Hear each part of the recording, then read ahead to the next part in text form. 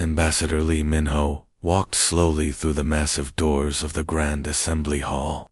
His black uniform felt heavy on his shoulders as thousands of alien eyes watched him enter. The chamber was so large that Earth's biggest stadium could fit inside it 10 times over. Strange lights floated in the air, casting rainbow colors across. The walls made of some kind of living metal that pulsed like a heartbeat. He had waited 3 years for this moment. 3 years of meetings, tests, and examinations. 3 years of proving that humanity deserved a place among the stars. Now, as he stood at the center of the circular chamber, he could feel the weight of every species in the galaxy, judging his kind. The crystalline Zephyrites were the first to speak. They looked like walking diamonds, their bodies catching and bending light into beautiful patterns. But their voices were cold as winter ice.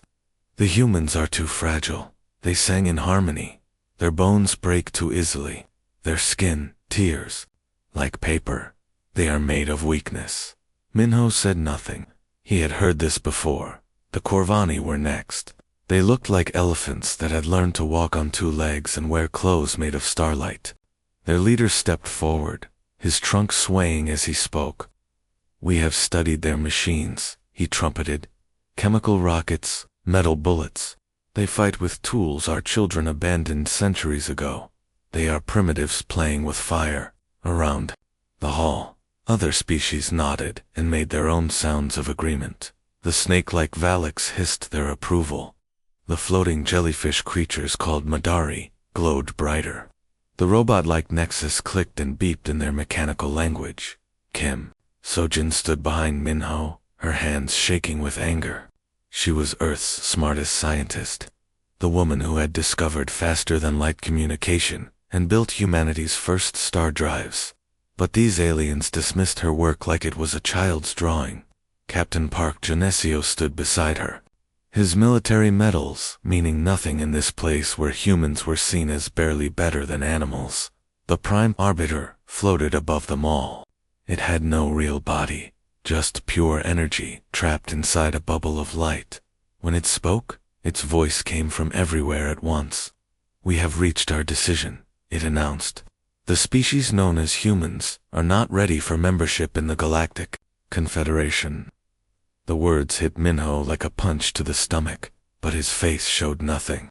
"Their biology is insufficient," the Arbiter continued. "Humans live only 70 to 100 years, the shortest lifespan of any space-traveling species on record. They are weak, slow to heal, and die from diseases that other species cure.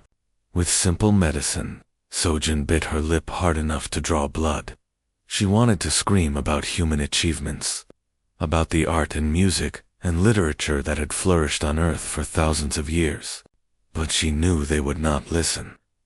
"Their technology is backward," the Arbiter went on. "While other species mastered quantum manipulation millennia ago, humans still rely on crude chemical processes. They cannot even create artificial gravity without spinning their ships like toys." Genesio's jaw tightened.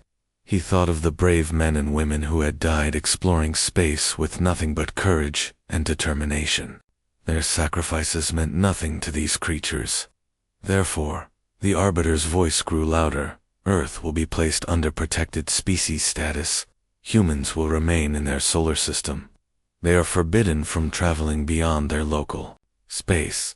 This is for their own safety and the safety of civilized worlds." The hall erupted in sounds of approval. Alien voices cheered and celebrated in a dozen different ways. To them, this was justice. To them, humans were dangerous primitives who needed to be kept away from decent society. The Corvani delegate, who had spoken earlier, stepped forward again. His small eyes glittered with amusement as he looked down at Minho. "Do not be sad, little human," he said in a voice that dripped with fake kindness. "Your species will be well cared for. We will send food and medicine when you need it. Think of yourselves as our pets." Other aliens laughed at this joke. The sound echoed through the chamber like thunder. Minho finally spoke.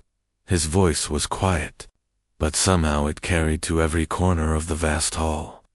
History will remember this decision. The Corvani delegate's trunk curled up in what passed for laughter among his people. History is written by the strong, human. Your kind will be a footnote, at best. A small mention in the records of real civilizations. Here lived the humans, too weak to join the galaxy. More laughter filled the air. The aliens were enjoying themselves now, making jokes about human weakness and stupidity. Minho turned to leave, followed by Sojin and Genesio. As they walked through the gleaming corridors of the station, past windows that showed the swirling colors of hyperspace, none of the assembled species noticed the small smile that crossed Minho's lips. He was thinking about footnotes. In his years of studying galactic history, he had learned something important. Sometimes the smallest footnotes ended up rewriting entire books. Sometimes the creatures everyone called weak turned out to be the most dangerous of all. The aliens would learn this lesson soon enough. 2 years had passed since the humiliation at the Grand Assembly. 2 years of silence from the galaxy, while humanity worked in the shadows of their own solar system. But now, the silence was broken by something far worse than mockery. The warning came from the outer sensor stations first. Dozens of massive ships appeared from nowhere, their hulls black as space itself, and covered in strange symbols that hurt to look at. They moved in perfect formation, like a school of deadly fish swimming through the dark. Captain Yuna Shin stood on the bridge of her ship, the Dawn's Edge, watching the enemy fleet approach Mars. She was young for a ship captain, only 32, but her eyes held the weight of humanity's future. Around her, the crew worked quietly at their stations, their faces calm despite the terror approaching them. "Ma'am," called Lieutenant Park from the communications station, "we're getting signals from all over the galaxy. These are the Talvesh. They've been destroying worlds for thousands of years. No one has ever stopped them." Yuna nodded slowly. She had read the reports. The Talvesh were legends of destruction. They would arrive at a world, demand surrender, and if refused, they would burn entire planets to ash. The same alien species that had called humans weak were now sending desperate messages, begging for help against this ancient threat. "Captain," said Dr. Kai Lim from his position at the science station, "the enemy fleet is twice the size of ours. Their weapons are beyond anything we've ever seen. Our best computer models show we have less than a 5% chance of survival." Yuna looked out at the red planet Mars, where human colonies had grown and flourished. Children played there. Families lived there. Dreams were built there. She would not let them burn. "All ships, this is Captain Shin," she spoke into her communicator, her voice reaching every human vessel in the fleet. "Today we face an enemy that has never known defeat. They expect us to run or surrender. They expect us to act like every other species they've conquered." She paused, watching as the Talvesh ships grew larger on the screen. "But we are not like other species. We are human. We learn, we adapt, we grow stronger with every challenge. Today, we show them what that means." The Talvesh fleet was beautiful in a terrifying way. Their ships looked like they were carved from black glass, smooth and perfect. Energy weapons that glowed like purple fire extended from their hulls. These were weapons that could crack moons, that could boil oceans. Ancient Verthal commanded the Talvesh fleet from his flagship, a massive vessel called the Starkiller. He was older than most civilizations, his body more machine than flesh after centuries of war. He had destroyed more worlds than he could count, and today would be no different. "Human vessels," his voice echoed across space, cold as the void. "You will surrender immediately, or be destroyed. You have 1 minute to comply." Yuna looked at her crew. They looked back at her with trust and determination.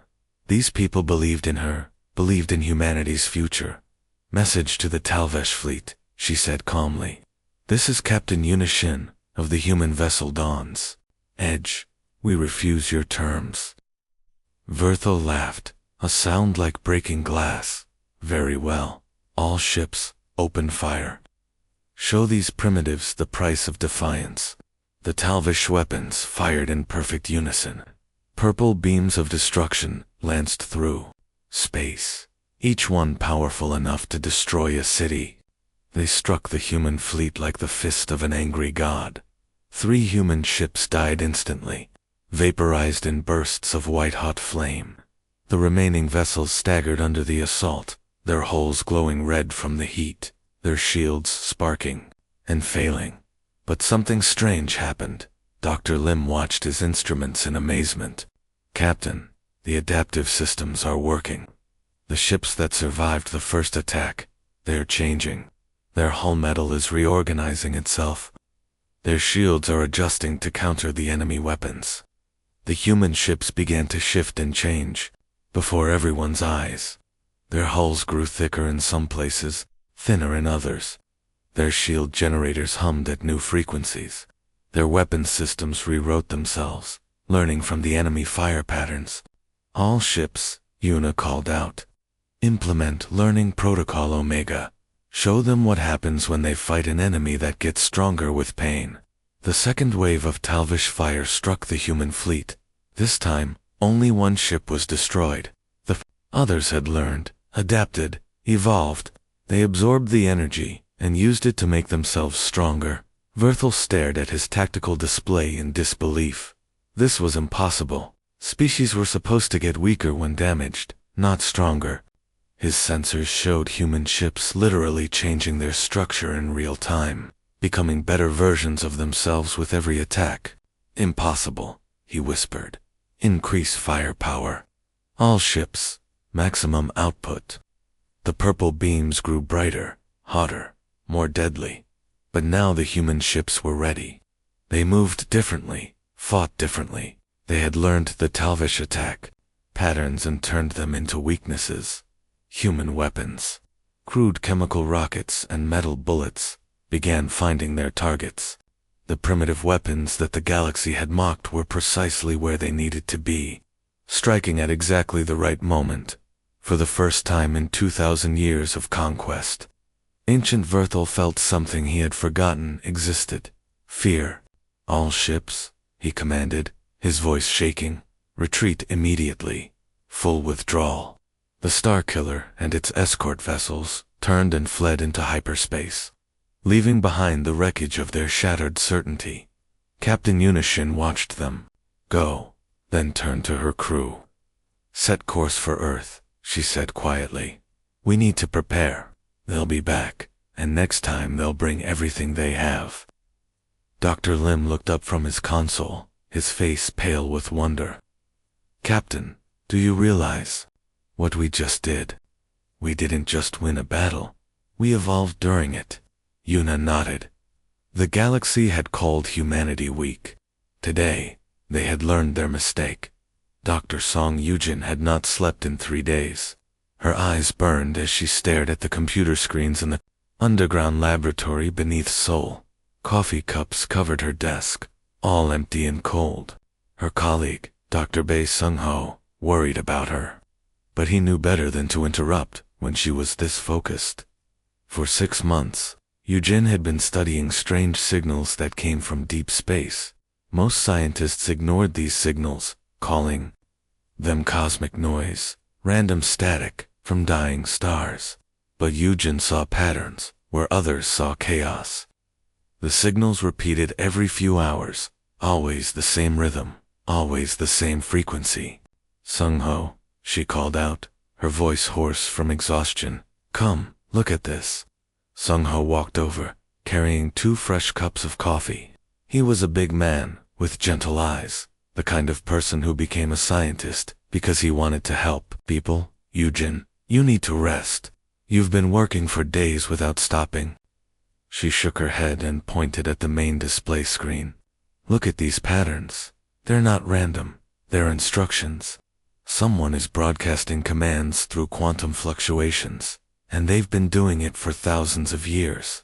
The screen showed wave patterns that looked like music, rising and falling in perfect rhythm. To most people, they would look meaningless. But Yujin had spent her life studying patterns, and she could see the hidden meaning in these signals. Instructions. For what? Sungo asked, setting down her coffee. That's what I've been trying to figure out, Yujin said, taking a sip of the hot coffee and feeling it warm her tired body. But I think I found the answer. She pulled up another screen showing human genetic code. The DNA patterns looked like twisted ladders, millions of base pairs that made up the instruction manual for building a human being. I compared the space signals with human genetics. Look at this. She pointed to specific sections of the DNA code that glowed bright blue on the screen.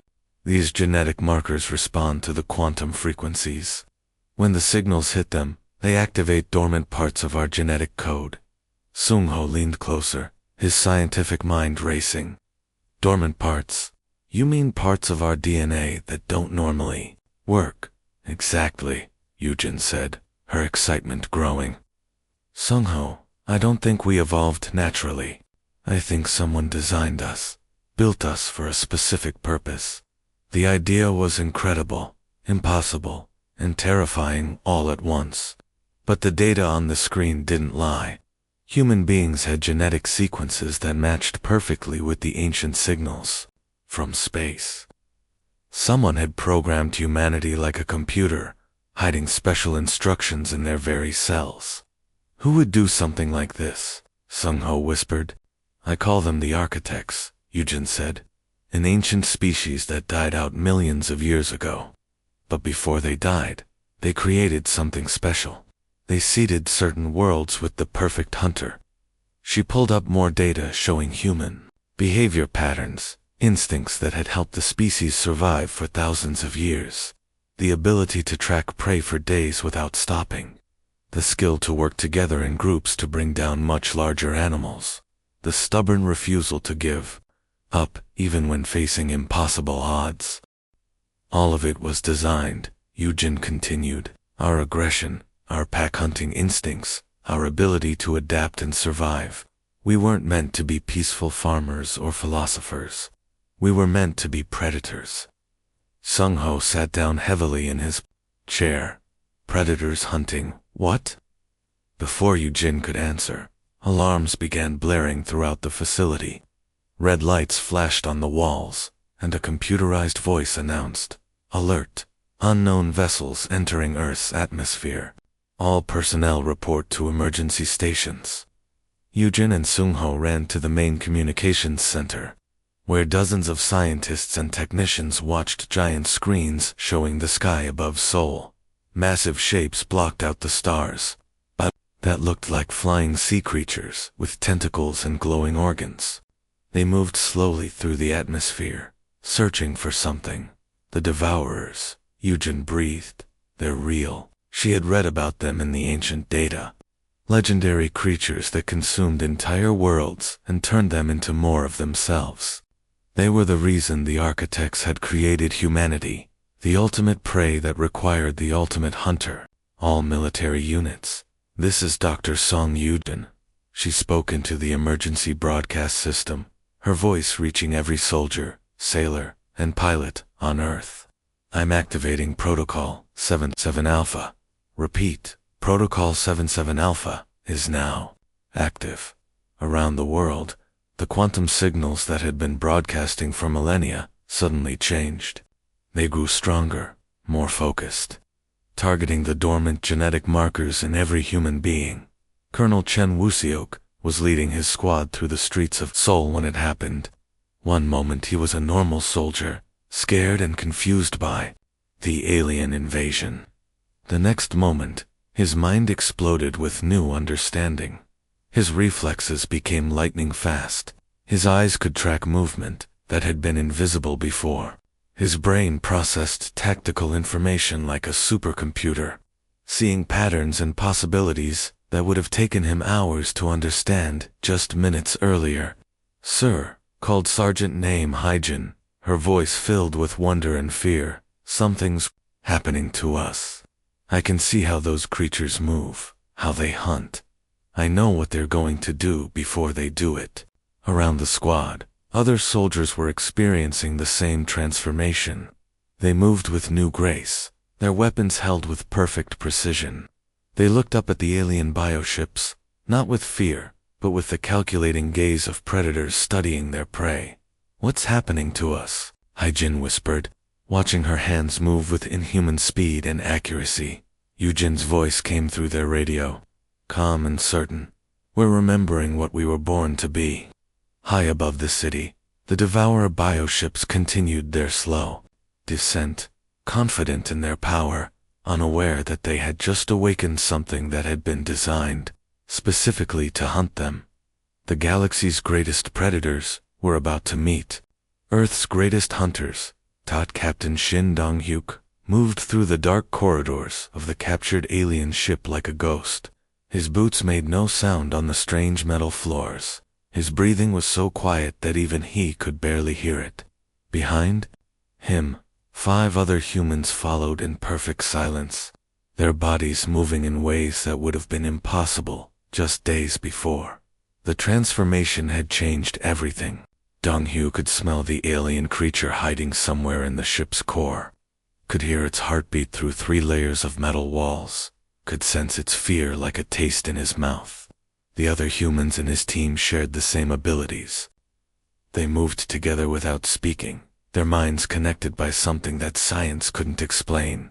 "I can feel it," whispered Lieutenant Unsubin, her voice coming directly into Dong-hyuk's thoughts, rather than through his ears.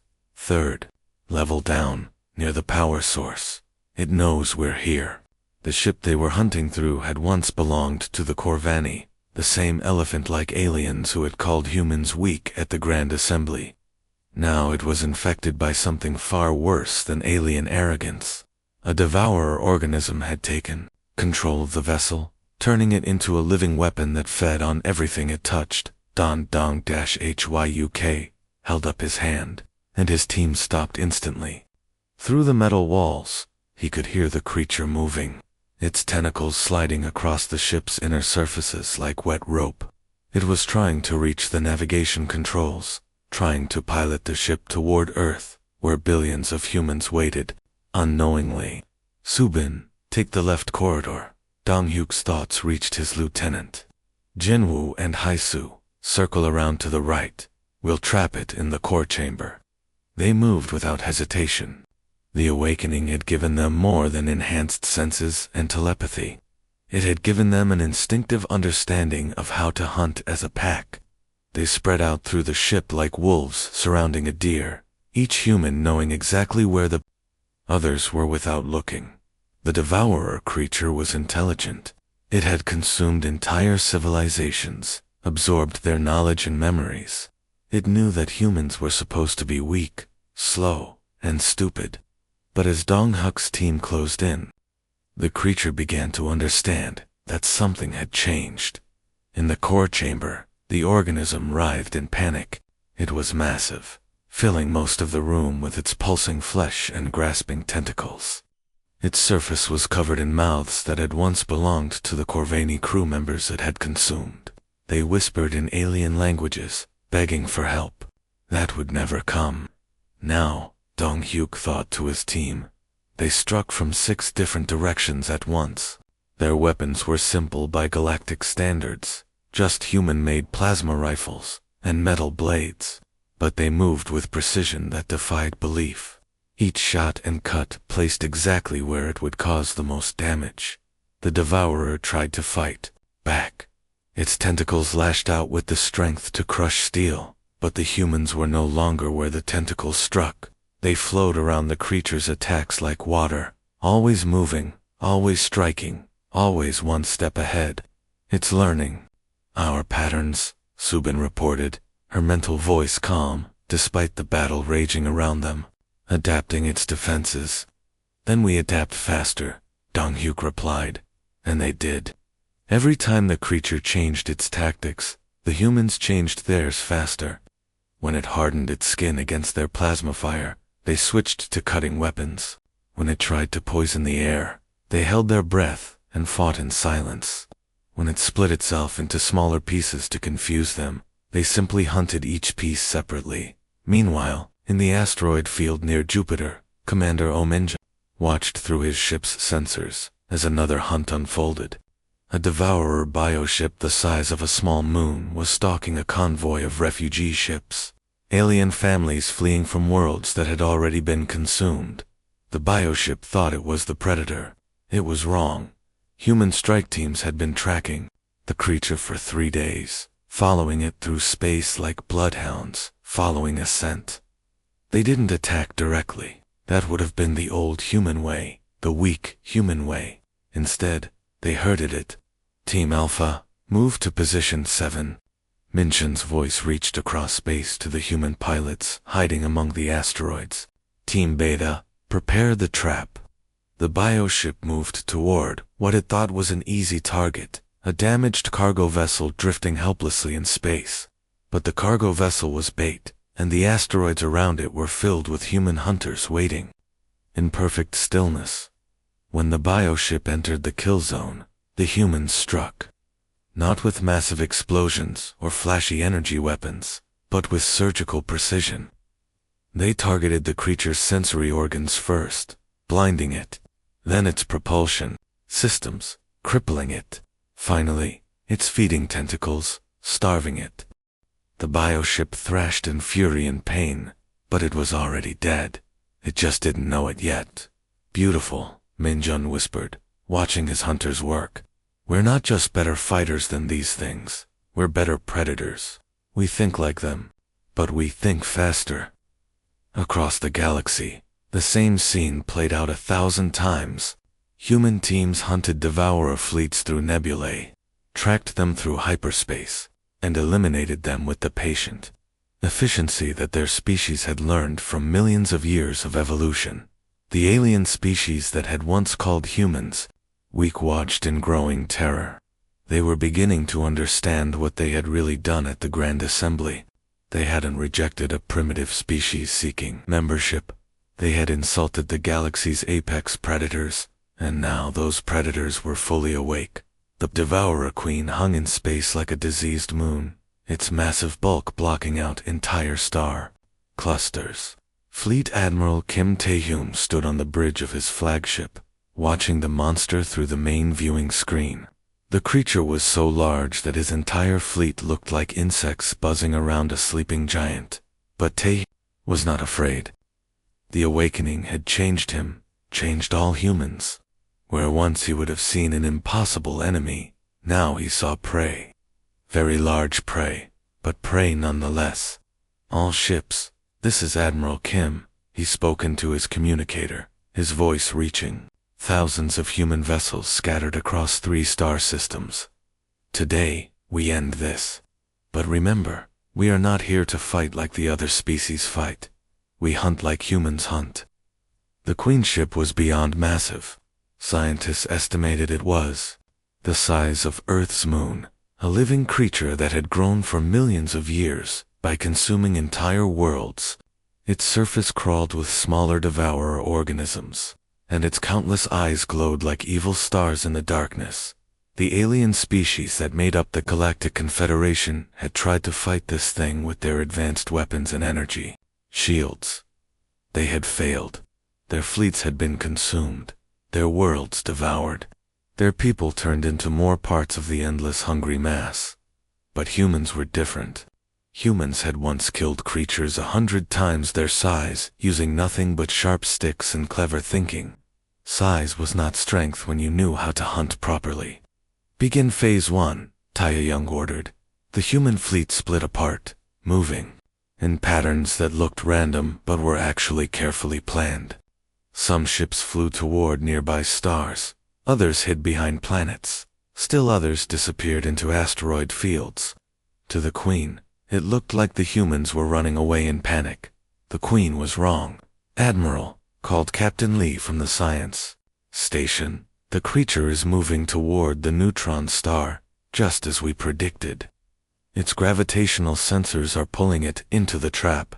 Tae-hung smiled. Humans had studied this monster for months, learning its behavior patterns, understanding how it thought and moved. The Queen was intelligent, but it thought like a creature that had never faced real predators. It expected its enemies to attack directly, to try to match its strength with strength. Instead, the humans were using the galaxy itself as their weapon. Phase 2, Taiyang commanded. Hidden human ships emerged from behind the neutron star, their engines firing in perfect coordination. They didn't attack the Queen directly.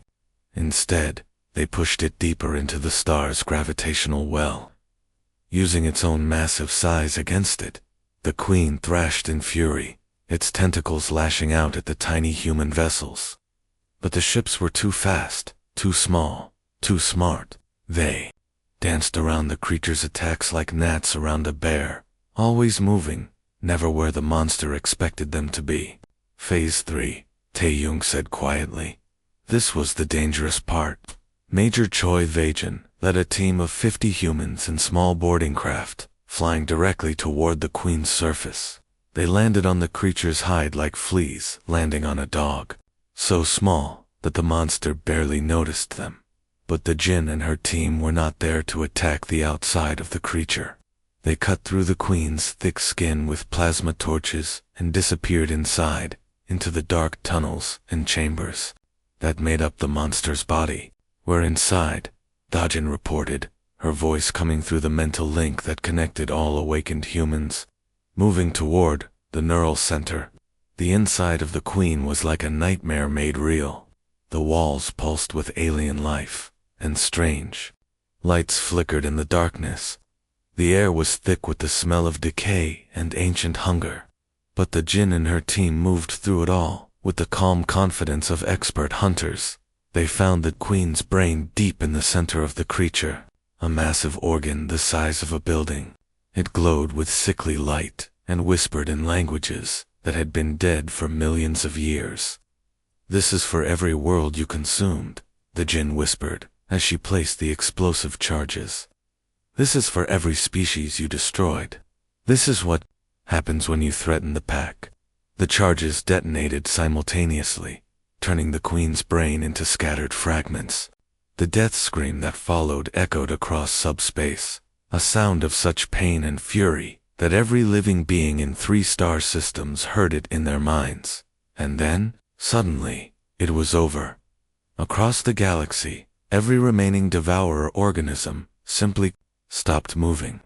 Without their Queen to guide them, they became nothing more than drifting biological matter, harmless and dead. 3 days later, Ambassador Lee Minho stood once again in the Grand Assembly Hall. But this time, everything was different. The same aliens who had once mocked humanity now trembled in their seats. The Corvani delegate's trunk shook so badly he could barely speak. The crystalline Zephyrites had dimmed their light to almost nothing, afraid to draw attention to themselves. We offer humanity full membership in the Confederation, the Prime Arbiter announced, its energy form flickering with what might have been fear. Leadership positions, command authority, whatever you desire. Minho looked around the chamber slowly, his gaze touching each species that had voted to quarantine his people.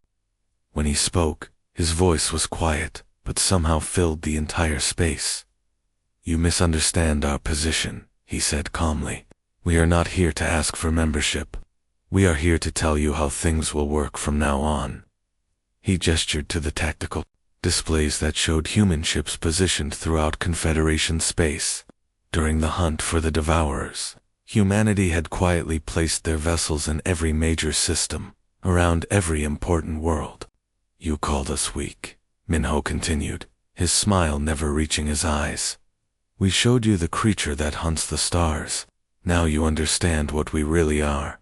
The hall was completely silent. Even the energy beings had stopped their constant humming. Humanity will protect this galaxy, Minho said. We will keep you safe from threats like the Devourers. But you will remember today's lesson. The next time you meet something you don't understand, something you think looks weak, consider this. Maybe it's not weak at all. Maybe it's just sleeping. He turned to leave, then paused and looked back over his shoulder. And you really don't want to wake it up?